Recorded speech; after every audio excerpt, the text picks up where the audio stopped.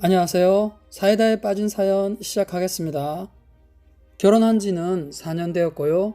아이 둘 있는 엄마입니다. 저는 집안의 사소한 일이라도 마누라보다는 자기 엄마한테 전화해서 시시콜콜 다 일러 바치는 외아들 남편과 함께 살았습니다. 남편 때문에 그 스트레스가 너무 심해서 하루하루 늙어가고 있었고요. 남편은 자기한테 맞는 일자리가 없다면서 8개월 동안 일을 나가지 않고 있었고요. 8개월이 지난 며칠 뒤에야 겨우 일자리 잡아서 다니고 있었습니다. 그때 큰애는 4살 된 딸아이였고요. 막내인 아들은 태어난 지 6개월 되었어요. 8개월 동안 집에서 놀 때도 남편은 아이들은 신경도 안 쓰고 살았고요. 일 나가라고 잔소리해도 안 되고 싸워도 안 되고 달래도 안 되었어요. 어떤 날은 화가 나서 아이들을 안고 새벽녘에 나가버렸어요. 해가 떨어지고 하늘이 캄캄하여도 집에 안 들어갔는데요. 그때도 걱정도 안 되는지 전화도 없었어요. 와보니 집에서 컴퓨터하고 TV 보고 앉았더라고요. 맥이 쭉 빠졌습니다. 그렇게 8개월을 놀고 다 놀다가 이제 생활비가 없고 쌀이 떨어지고 휴대폰이 정지되고 전기 끊긴다고 하니 일 나갈 거라고 하고 나간 거였어요.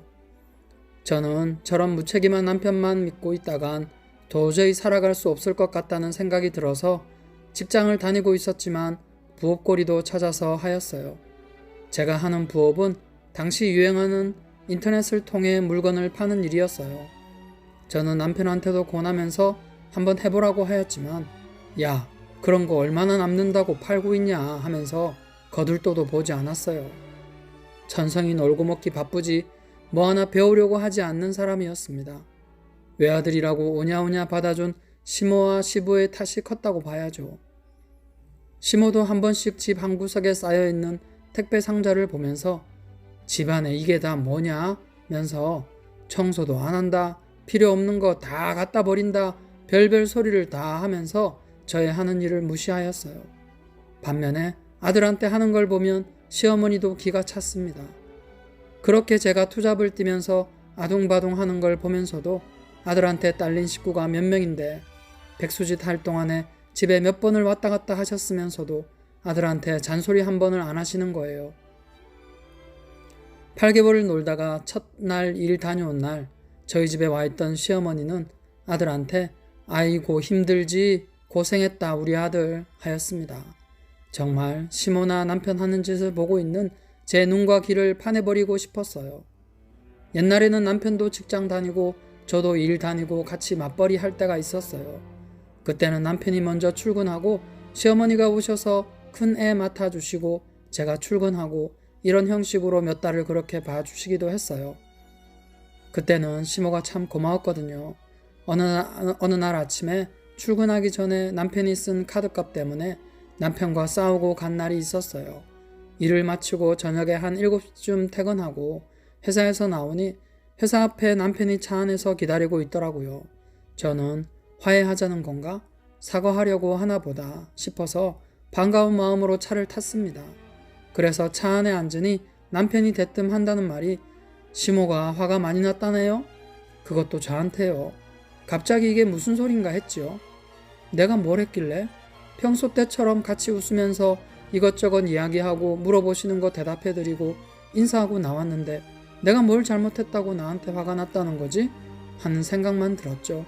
남편한테 어떻게 된 일인지 말해보라 했더니 제가 집에서 나간 다음에 한 2시간 정도 있다가 남편이 일하는데 시모한테서 연락이 왔더랍니다. 제가 오늘 나가면서 시모한테 인상 쓰고 인사도 안 하고 뭘 물어봐도 대답도 안 하고 그냥 휙 지나갔다고 하더라네요. 그래서 시모가 이렇게 나 무시할 거면 나는 애들 안 봐줄 거다. 지금 당장 집으로 갈 테니 그렇게 알라고 했다더라고요. 그래서 남편은 일하는 중에 겨우 엄마 진정시켰다면서 저한테 왜 그랬냐고 막 뭐라고 하는 겁니다. 저는 처음에 얘기를 듣고 아니 이게 무슨 말도 안 되는 소린가 했어요. 분명히 집에서 애들 받을 때 인사드렸고 김치전 만들어 놓았다고 말씀드리고 운전 조심하고 잘 다녀오라셔서 알겠다고 하고 웃으면서 나왔는데 말이죠. 저는 남편한테 난 그런 적 없다. 인사도 잘 드렸고 잘 헤어졌다고 했더니 남편은 그래도 제가 잘못했다고 다시는 그러지 않겠다고 말씀드리라네요. 정말 어이가 없었어요. 하지만 갑자기 저렇게 애들을 봐주시지 않겠다 하시니 직장을 그만둘 수도 없어서 제가 머리 숙이고 들어가서 잘못했다 하면서 기분 맞춰드렸습니다. 그런데 시간 지나고 나니까 그렇게 사과하는 게 아니었는데 하면서 완전 후회가 되대요. 시모랑 틀어지더라도 아닌 건 아니라고 따졌어야 되는 거였다는 생각이 들었어요. 그 이후로 남편 시모의 무시와 막말이 더 심해졌거든요. 나중에 다시 생각하니 이것도 저 남편 놈과 시모가 짜고 한 짓거리라는 생각이 들었어요.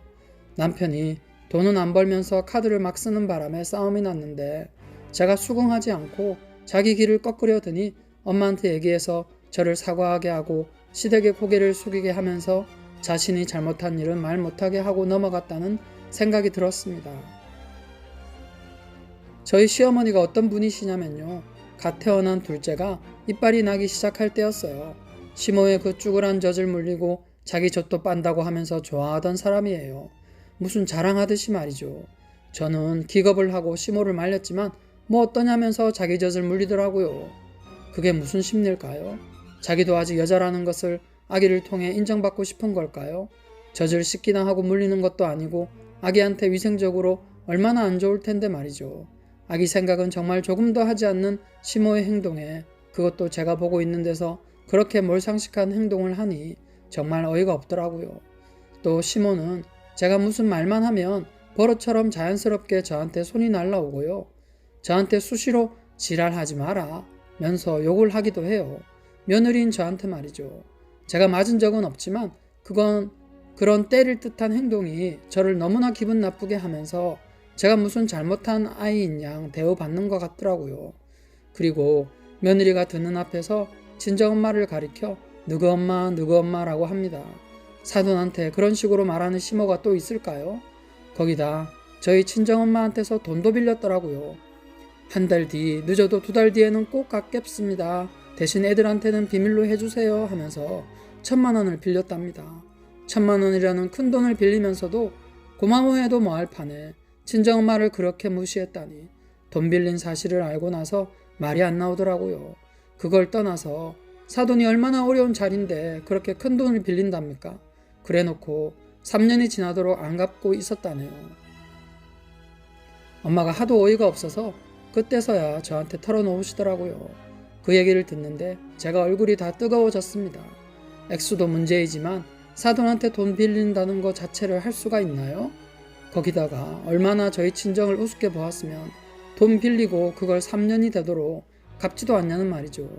남편 놈도 싫지만 도대체 생각이라는 것이 없는 시모 때문에 이혼하고 싶고 함께 살기 싫어지더라고요. 4살 된 딸아이와 태어난 지 6개월밖에 안 된 아이를 봐서 결혼하고 4년 동안 참고 또 참아가면서 살았었는데 점점 인내심이 바닥을 드러내고 있었습니다. 그렇다고 남편한테 시모가 이러네 저러네 말하면 마마보이 남편놈 가만 안 있을 거 뻔했고요. 남편이 말은 잘해서 말빨로 밀리는데요. 그때까지 4년 동안 싸워서 제가 이긴 적이 한 번도 없었어요. 남편이 잘못해서 시작된 싸움이 끝에 가서는 제가 잘못한 것으로 결론이 나는 그런 형식이었죠. 아니면 위에 언급한 것처럼 어거지로 시모까지 동원해서 저의 길을 눌러버리기도 했고요.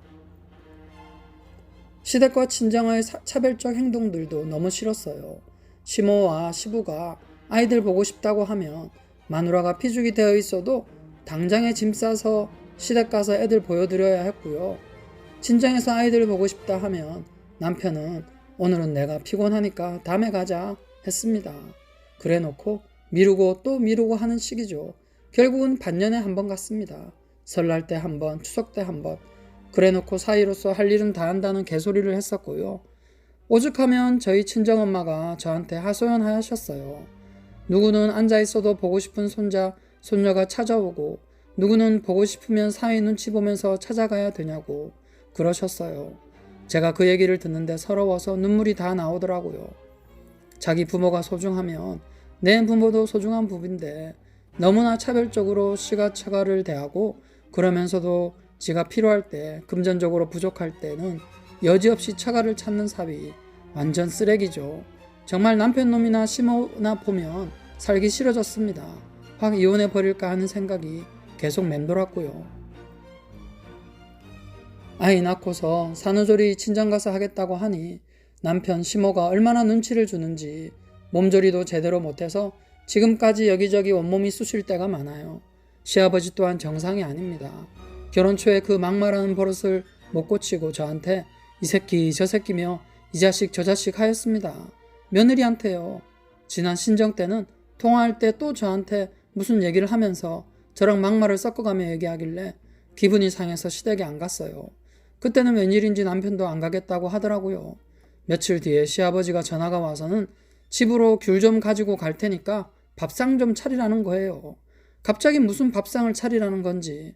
밥상 차리려면 장도 봐야 하는데 이제 막내의 잠도 재워야 한다 말씀드렸더니 그러게 친정 때 왜 안 왔냐면서 그냥 너네 먹는 거 주면 되지 임마 이러는 거예요.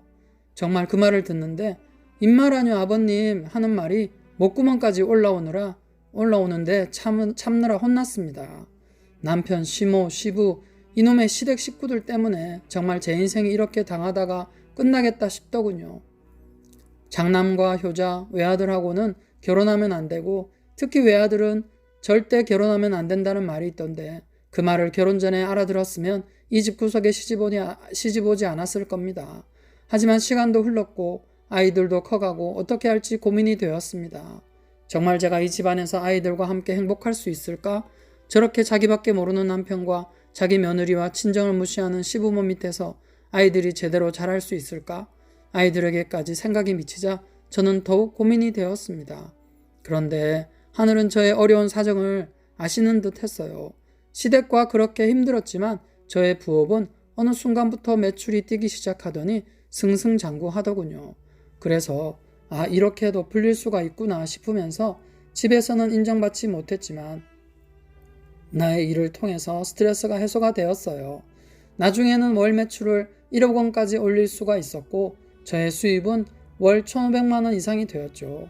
남편은 이런 저의 수입을 알 수가 없었는데 어느 순간부터 집에서 하는 수준을 넘어서게 되면서 집에서는 일을 하지 않았고 구매 대행 업무만 진행을 했기 때문이었어요.